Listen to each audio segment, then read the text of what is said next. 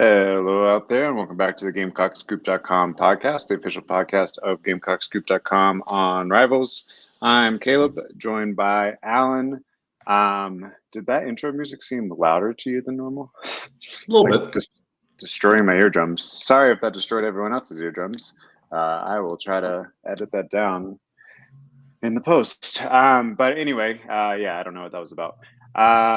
It is spring. It's been a little bit since we've been on here. Quite a lot of things have happened, but it felt like a good time to just kind of hop back in because we got some football notes finally after a long off season or a long winter of workouts and stuff. We're right on the edge of the women's basketball tournament, which is starting. Does it officially start tomorrow or Friday? Friday. Yeah. So South Carolina plays on Friday, and the tournament at large starts on Friday. So we'll kind of talk about the path that South Carolina was presented. A little bit of controversy that they didn't get the number one overall seed, though I think some understandable rationale as well for UCLA getting that spot instead. And then I also wanted to talk a little bit about baseball and kind of where things stand after seeing them in their first conference series this past weekend. Kind of felt like they had a chance to pull one out against a very good Oklahoma team, but some of the same familiar storylines we've been talking about for the last 2 years also kind of popped up here and there as well, and maybe some new problems. But let's start with football. Let's not bury the lead here. We've seen a couple of different press conferences to get things started this week. Shane Beamer on Monday, had pro day yesterday, had other players for media availability today, including maybe the thing that's the most interesting to me after these first few days, Nicholas Harbor. So everyone kind of knows Nicholas Harbor, former 5-star, came in as this 2-sport athlete with a huge amount of potential upside, but definitely wasn't like a ready-made wide receiver. I think we saw him take a pretty big step forward last year, especially as the season wore on, became more of a focal point. But there's kind of been questions throughout his time here about whether or not it is going to be possible for him to make the leaps on the football field that he wants to make if he's still kind of dividing his attention between football and track. And he confirmed today he's not doing the outdoor season for track. How big of an impact do you think that actually makes in him kind of taking a step forward and maybe being the potential number one wide receiver on this team as a junior heading into 2025? Yeah, I think the main thing you have there is it means he can do spring football, which is something he didn't do last year. I kind of had a feeling it was trending this way when he said, or I guess Shane told us that he told him a couple months ago that he wasn't going to do the indoor season. It's just kind of hard to not run half the season and then get yourself back in track shape from football and pick it up. So, but yeah, Harbor confirmed today that he's not doing any track this spring. It's all football. For me, it's just that spring. I think, there's a reason freshmen enroll early. They want to get familiar with the scheme and the system, and not that Nick's not familiar with it, but you want to be around in the spring and all those things that those freshmen do. And, why they show up a semester early is what Nick Harbor is going to get by doing spring, which he didn't do last year. He also mentioned, and we already knew this, but, we talked about it today about how it kind of helped him. He got contacts put in place last year. And I think if you remember, go back to his freshman year when he was struggling to track the ball, especially struggled right at the point of, I don't know what you call that, point of contact, I guess, with some drops. That does kind of make some sense that he was having some problems with his eyesight as a freshman year, and he got the contacts in before last season. Yeah, I definitely think that that's kind of interesting, right? And we saw a similar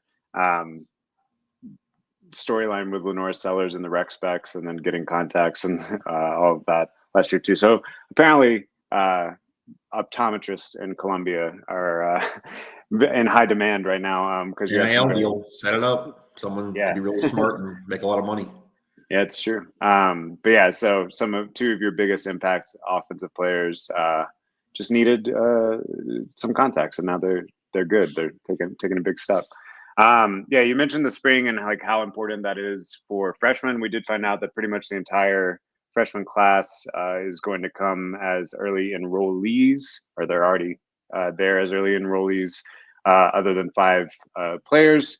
And talk about how big of an impact that's going to make, because I think that the big storyline is we're heading into 2025, and this is something that Shane Beamer spoke about a little bit on Monday too, is the kind of name of the game from the step forward that we saw between 2023 and 2024 was all this veteran leadership kind of stepping up. And he talked about how there were 9 captains or leaders or whatever on the team from last spring to last year, and now there's only one of them left, which is Lenora Sellers.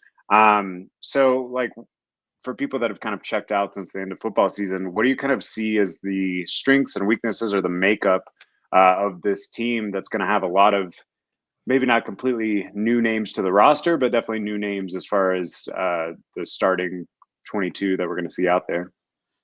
Yeah, I don't want to say it's completely flipped from last year. Like, I don't think that's fair to the offense from last year, which ended up being a pretty good unit by the end of the season, or necessarily fair to this year's defense that I think still has some talent on it. But I think in general, your bread and butter is going to be the offense this year. It's going to be Lenora Sellers in the passing game.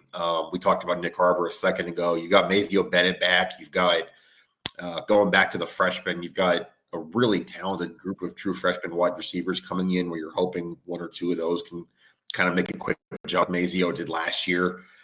Michael Smith at tight end back. Like, I think this offense is going to be pretty explosive.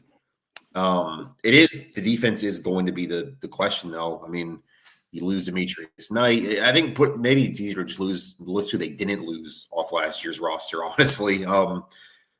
You've got Jalen Kilgore, DQ Smith back in your secondary. That's a pretty good start.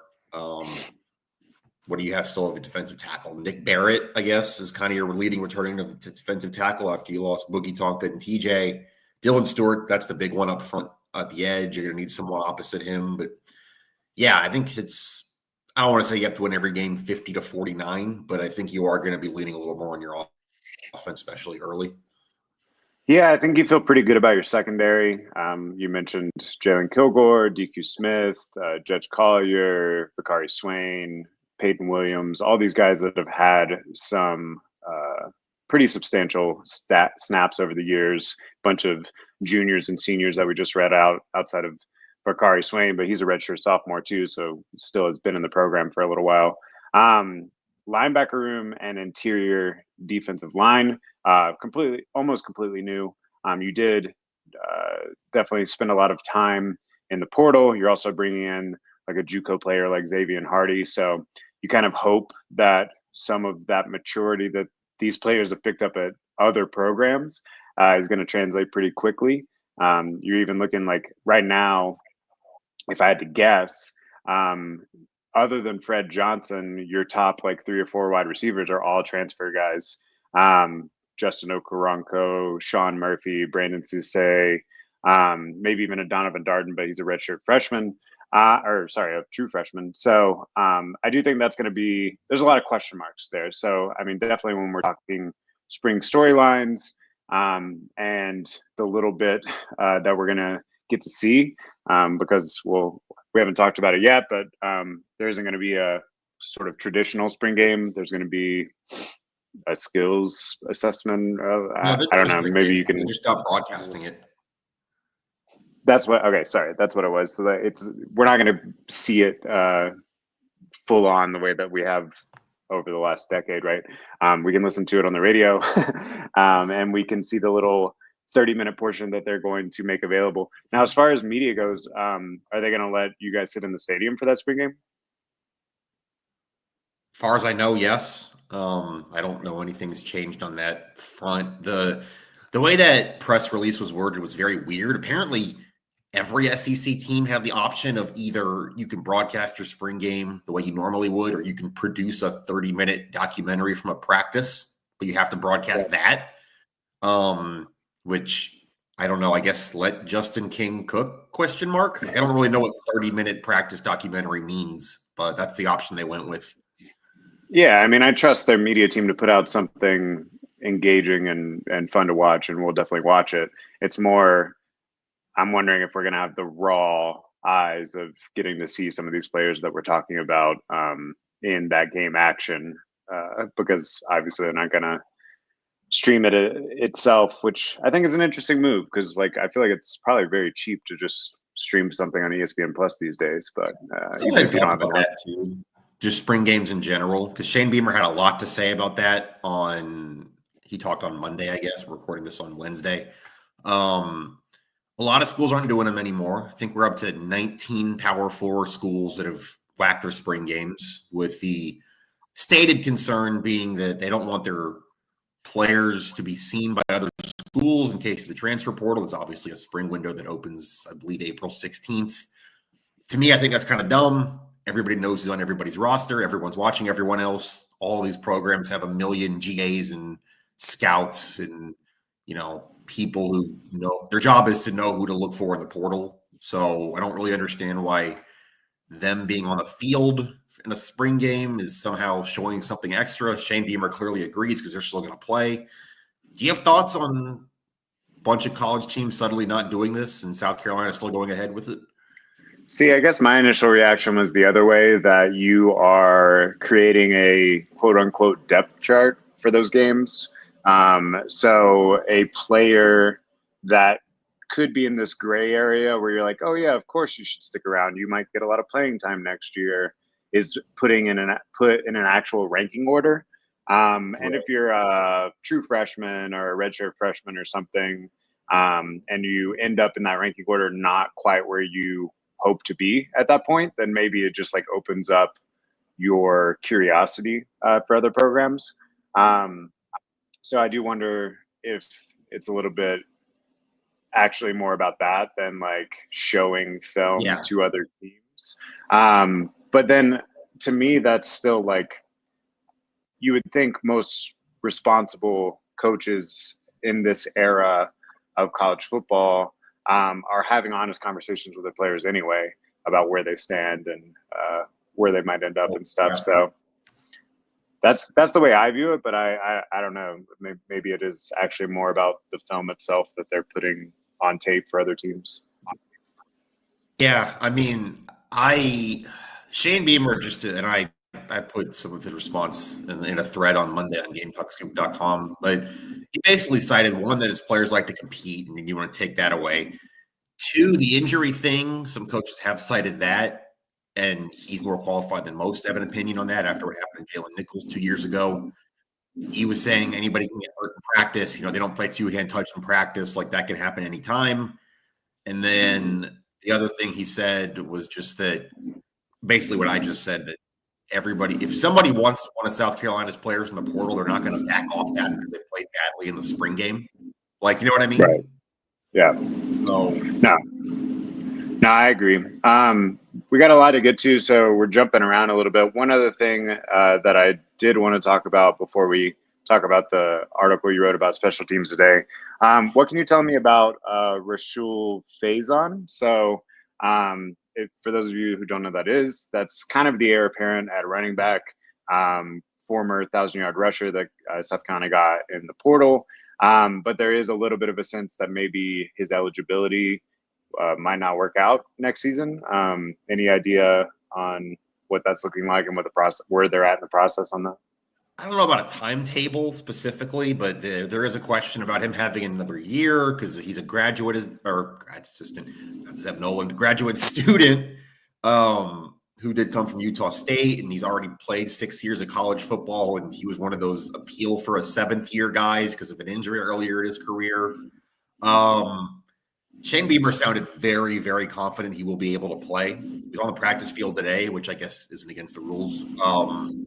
Shane Beamer was adamant. He said several times, like, we're confident this is going to get done. Very, very sure he'll be there this fall. So by all accounts, and I guess everything I've heard too, that's going to happen, but I don't know what that clearance is. I don't think it really matters now because he's still allowed to participate in spring practice. Even if they had a game where he wouldn't be allowed to play, but obviously they don't until the end of August. So, yeah, to me, the pretty clear analog is the Diego Pavia situation, right? Where his argument basically was that he played at a lower level of football and then finally got to elevate to a higher level of football. So now he should get the full amount of time to reach that earning potential or whatever. So I would imagine that Faison from Utah State would have a similar argument to make if they're trying to be consistent. Now we know the NCAA has trouble with consistency sometimes, but I can see the path. I certainly think it would be a pretty big deal if he didn't play. I think South Carolina's running back room is solid, right? We got Jawan Howell, we got Matthew Fuller, and Oscar Attaway still there. Yeah, Oscar Attaway, which I think is a very solid room, but I do think Faison's the biggest upside there, obviously, and has the most explosiveness of that group. So, I guess cross your fingers on the NCAA making a consistent ruling there, and we'll see how that goes. The last thing I wanted to ask you about before we transition to women's basketball a little bit. So, ironically or unironically, I want to talk about special teams a little bit. So today with the player availability, it seems like we got a lot of special teams. Got Mason Love, Peyton Argent, Cole Rasmussen. If you look back at last season, I mean, you have an LSU game decided by 3 points. You have an Alabama game decided by 2 points.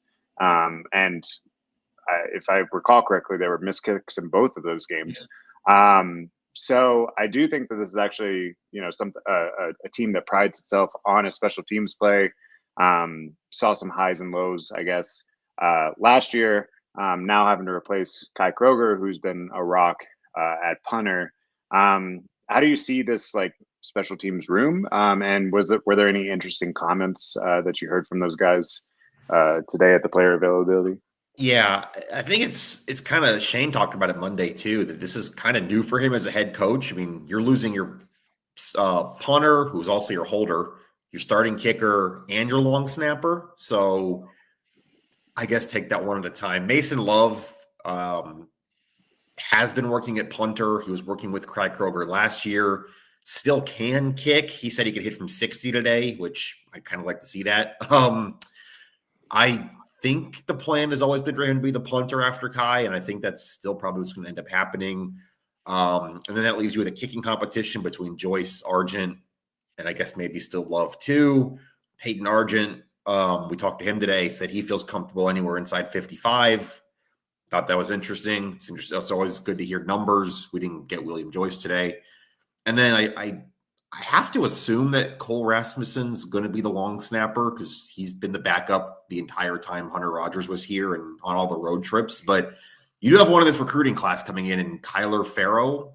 So you don't recruit long snappers for nothing. So maybe there's going to be some competition there too. But that's something to watch, and you're just going to have to wait and see and how it goes in the fall. But you don't take that for granted, just losing every single special and kick and punt returner too, because Juju McDowell's gone, which they didn't talk about today, but you're going to need to find someone else to put back there too.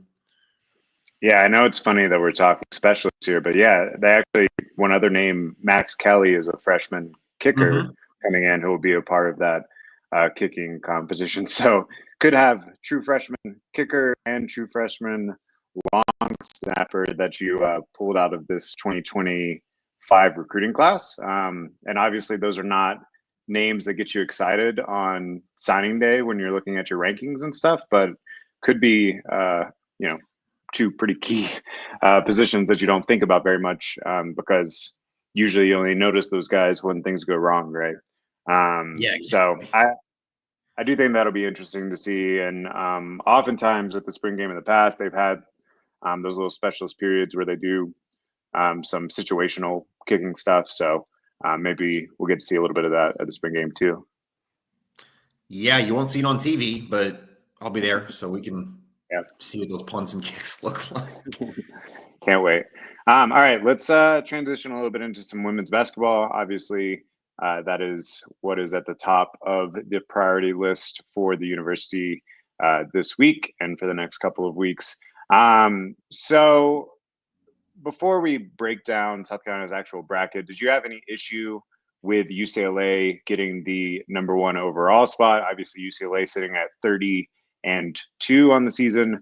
South Carolina sitting at 30-3, and obviously won the SEC tournament last week. I mean, you're still a number 1 seed. You still get to play in your backyard to start things off a little bit, and then don't have to go too far for that Birmingham regional as well.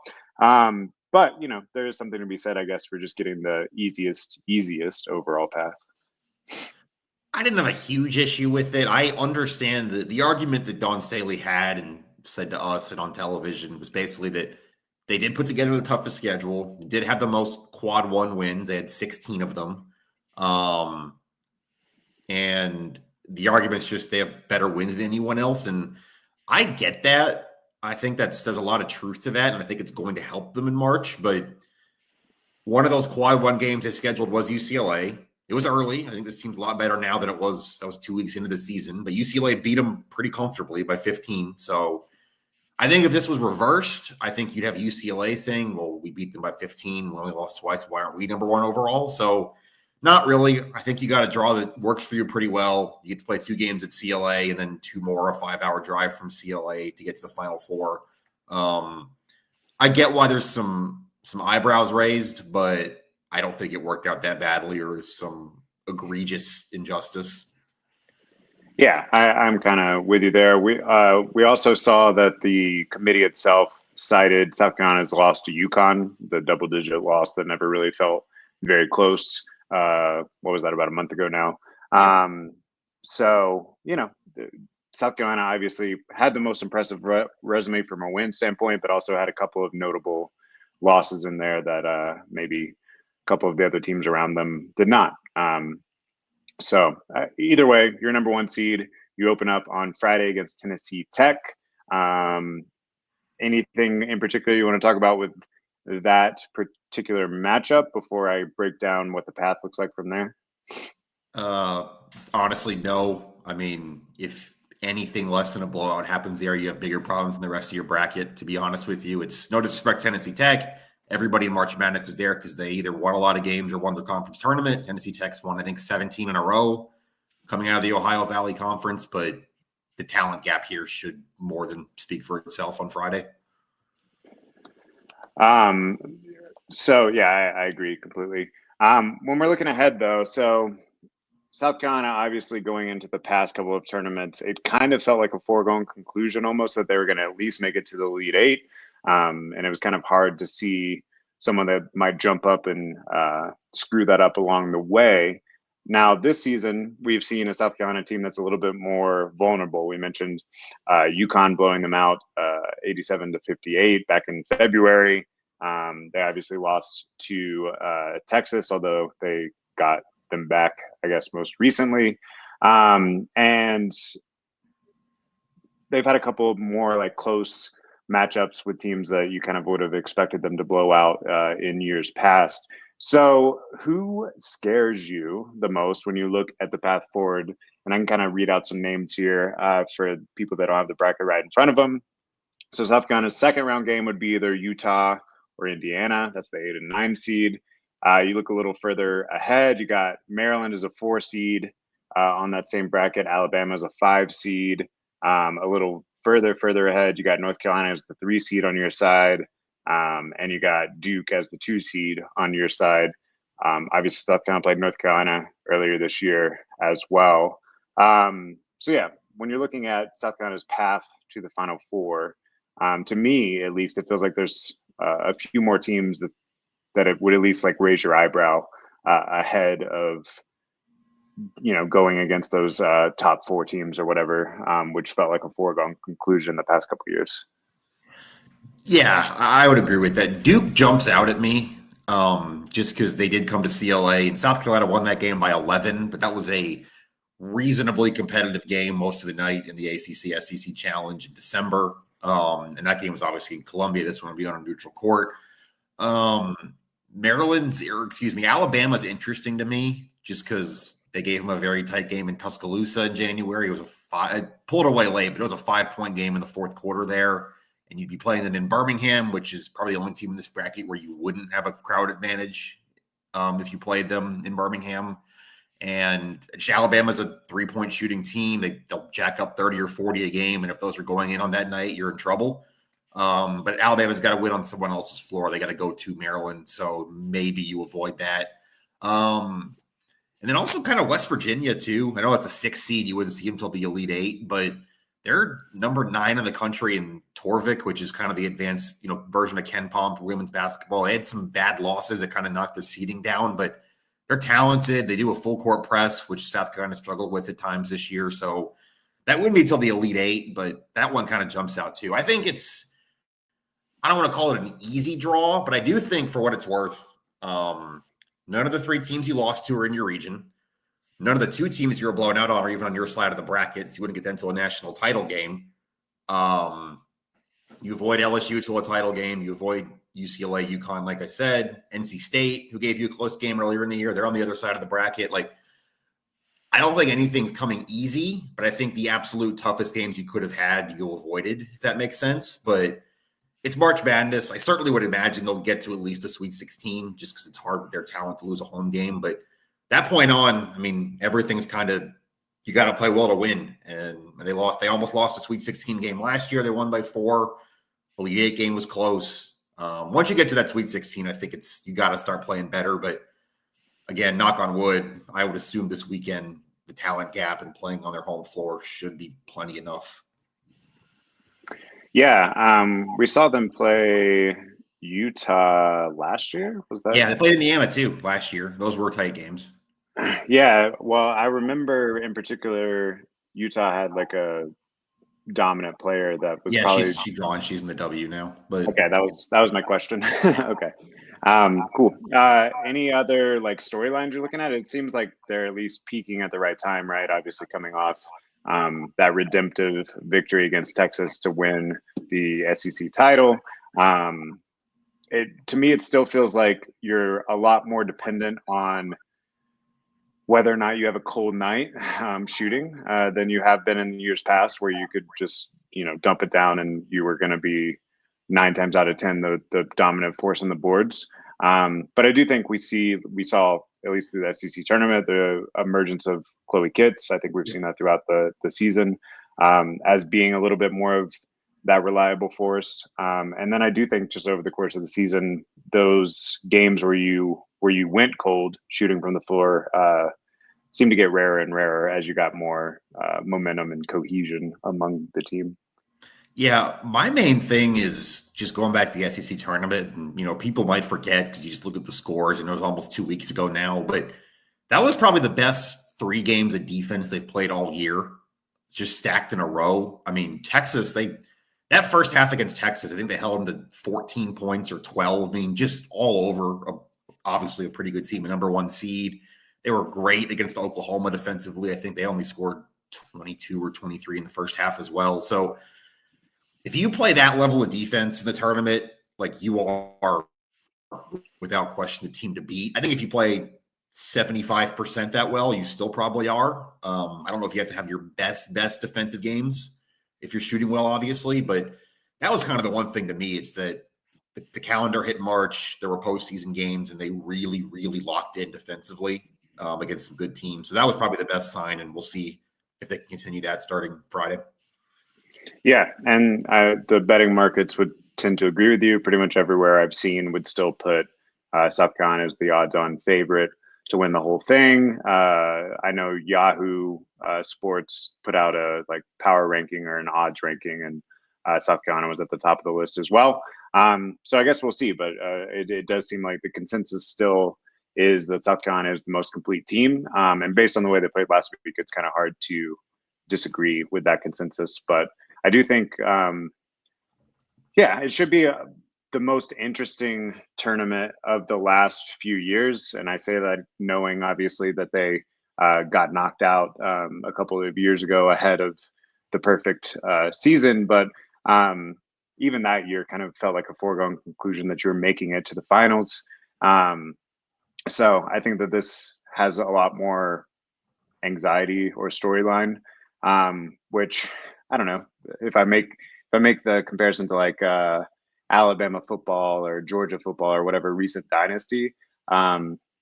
I imagine like there's actually something to be said for having a little bit of that anxiety. It gets kind of repetitive to feel dominant or something. So, I mean, I'm sure the players would not agree with that, and they would rather just feel like they are gonna run rush shot through the whole thing. But as a spectator, at least, that anxiety is kind of fun. Yeah, and I think again, I'm not gonna. This is the last thing I'll say before we hit some baseball. I'm never going to say you should expect a national championship. I just don't think that's reasonable. I don't think asking a team to run a back to back as like an expectation is fair. I think they can. I think they're the favorite. I would not be surprised if they did. I think a realistic expectation is you get back to the Final Four and see how the chips fall, just against some other really good teams. That's all I'm gonna like. I don't think if you're going into this saying national title or bust, that's reasonable. But I think Final Four or bust is fair, given the talent and the draw you got, and the fact that 2 of those 4 games to get there would be on your home floor. Yeah, I think you could say it definitely qualifies as a disappointment if you didn't at least make it that far. Let's talk a little bit of baseball before we get out of here. So South Carolina continues to take care of business in the games that they should win. They got swept against Clemson, obviously, a few weeks ago, but then came back and swept Morehead State. They've continued to win their midweeks, despite some close calls, including last night. And then they had a really golden opportunity, I thought, this past weekend in their SEC series opener against Oklahoma. You lose the first game. That was probably Oklahoma's like most dominant game for sure. What was it, 9-5 at the end of the day on that one? Yeah. 8-5. Then you win game 2, and you really have a golden opportunity to win the third game on Sunday as well. Fall just short. I know you wrote a article on Monday on GamecockScoop.com, as you do every week, as kind of a retrospective of the weekend series, and then also where the team at large is at. I mean, I think there's some encouraging signs from last weekend that you can compete against these SEC schools, but I also think it very quickly stacks up against you. And if you don't take advantage of these opportunities to win these SEC series early, you can very quickly find yourself behind the 8 ball. But how did you see this past weekend and kind of where things stand? Yeah, it sounds so contradictory, so I'll explain it. Like I kind of walked out of the weekend feeling better and worse about this team. I came into the year not thinking it was going to be I just didn't think the roster was there. It's a first year with a new coach. You lost a lot. You're replacing your starting catcher. Your Friday starter, Eli Jersenbeck, got hurt again in camp. And then I came out of the Clemson series feeling kind of vindicated about that. This is just going to be one of those tough years. You kind of got to write it off. And then you outplayed a pretty good team for most of the weekend. I mean, even on Friday, which, like you said, was Oklahoma's the only game that really dominated. You were down 3. You were in the game in the late innings. You just couldn't quite get over the hump. And then you really win a comfortable game Saturday. It was 11-5. And then Sunday, like you said, you're 1 out away. Just couldn't quite finish it. So that was a better level of play than I thought against a good team. But man, you got to finish those. It's a home series. The road ones are going to be tough enough. You had it right there. And I think your point about getting buried early is the thing. You're going to Arkansas this weekend, number 3 in the country, obviously a very tough place to play. Next weekend, you host Tennessee, number 1 in the country right now, 20-1 on the season.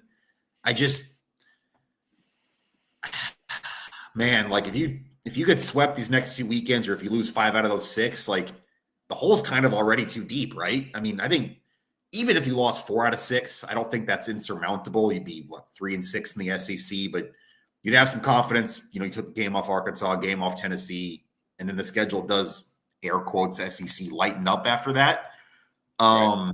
But you got to get through these next 2 weekends, and it would have been a lot better, obviously, to have a cushion with 2 SEC wins in the bank before that. One thing I did want to talk about is I do think you're seeing a little bit of life from a batting standpoint, and it's coming from some young players, notably Jordan Carrion and KJ Scobie, both. Is Carrion a freshman? I know Scobie's a freshman, but he's not a freshman. He transferred in, but he wasn't eligible last year, so this is his first, kind of time playing for South Carolina. Gotcha. Yeah. But either way, I mean, I think it's really encouraging to see that when some of our early concerns, especially when we look back to that Clemson series, was, oh God, it's the same problems as last year, right? Where you have a solid enough pitching staff to keep you in games, but you just don't have enough hitting to get you over the hump. I think this past, I mean, it's kind of weird to say this, right? But this past weekend was encouraging because you lost in a different way. I think you showed that you can show up at the plate and that you're seeing some kind of stars emerge at the plate other than Ethan Petrie. And your pitching was still solid, but then you had some defensive blunders, which is not something that we've seen a ton of that ultimately maybe cursed the weekend for you. Those seem like fixable things if you can kind of hold steady on the pitching and hold steady on your progress at the plate. Where I do think if you can clean things up in the field a little bit, you have some potential to win some pretty big games against, like you said, the SEC schedule never really lets up, but against some really quality teams. Is that the way you see it, or was that kind of a fluky weekend? Yeah. Honestly, the defense thing was confounding. Like I honestly thought they played very good defense most of the weekend. The numbers would bear that out. They had 2 errors in 28 innings of baseball because he played an extra inning game on Sunday. Like that'll get you there any weekend, except unless the 2 errors are specifically in the 9th inning of Sunday when you have a 2-run lead. Like it was really, really good until the exact point where it couldn't be. And that's, again, like you feel better and also worse. My thing is just like, again, I kind of already touched on it. Like, I agree with you. Like, I think you're getting kind of more from your lineup. I think the pitching was pretty good this weekend against a good lineup as well for Oklahoma. You can play well and lose these next 2 weekends. Like, you can play very well and get swept because Arkansas and Tennessee are just better than you and teams that are talking about trying to go win a national title. So it's like, how do you do the things you have to do just to win games these next 2 weekends and survive to a point where maybe you can overcome some mistakes and still win later in the season? Because I don't think you can these next 2 series. That's where I have the question. It's just that, like, you saw how small the margin for error is against Oklahoma. It's going to be even smaller these next 2 series, and I just don't know if they can survive that. But like I said, just don't get swept these next 2 series, and I think you're, I don't want to say in good shape, but I think you give yourself at least a chance to dig out of a bit of a hole. Yeah, I think if you end up after these next 2 weeks, 2 and 4, like you said, you're okay. Like you're still, your window's getting narrower, but you're okay. I think if you can somehow win one, like end up 3 and 3 or so, then you're huge. I'd say then you're really set up for success through a more manageable part of the season. But we'll be back here next week to talk about spring football as it continues to progress. Where things stand with the women's basketball bracket. And yeah, we'll have some retrospective on that Arkansas series this weekend. In the meantime, go check us out on GamecockScoop.com. Lots of great articles, some recruiting stuff, which we didn't even really talk about, but several 2026 and beyond recruits visiting these next few weeks for spring practice. And yeah, we'll see you next time. This has been the GamecockScoop.com podcast.